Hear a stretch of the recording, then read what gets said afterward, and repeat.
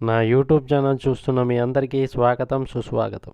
సోమవారం రోజు పరమశివుడి యొక్క ఆరాధన విశేషమైన ఫలితాన్ని ఇస్తుంది. ఈరోజు ఈ వీడియోలో మల్లికార్జున మంగళాశాసనం పారాయణ చేద్దాం. మల్లికార్జున మంగళాశాసనం.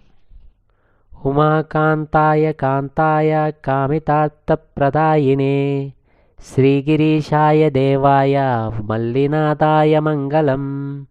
సర్వమంగళరూపాయ శ్రీనగేంద్రనివాసినే గంగాధరాయ నాథాయ శ్రీగిరీశాయ మంగళం. నిత్యానందస్వరూపాయ నిత్యానందవిదాయినే స్తుత్యాయ శృతిగమ్యాయ శ్రీగిరీశాయ మంగళం. ముక్తిప్రదాయ ముఖ్యాయ భక్తానుగ్రహకారిణే సుందరేశాయ సౌమ్యాయ శ్రీగిరీశాయ మంగళం.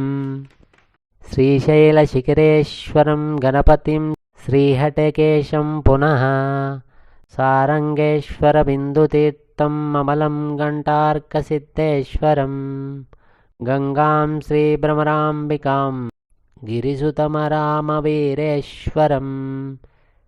శంఖం చక్రవరాహతీర్థమనీశం శ్రీశైలనాథం భజే.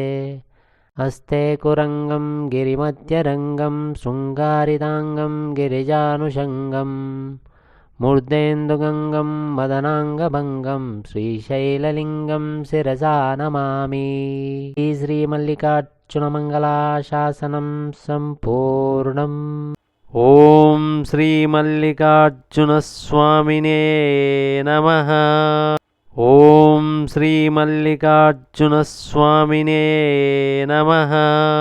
ఓం శ్రీ మల్లికార్జున స్వామినే నమః. ఓం శ్రీ మల్లికార్జున స్వామినే నమః. ఓం శ్రీ మల్లికార్జున స్వామినే నమః. ఓం శ్రీ మల్లికార్జున స్వామినే నమః. ఓం శ్రీ మల్లికార్జున స్వామినే నమః. ఓం శ్రీ మల్లికార్జున స్వామినే నమః.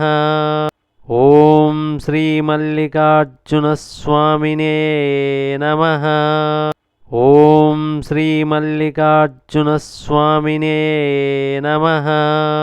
ఓం శ్రీ మల్లికార్జున స్వామినే నమః.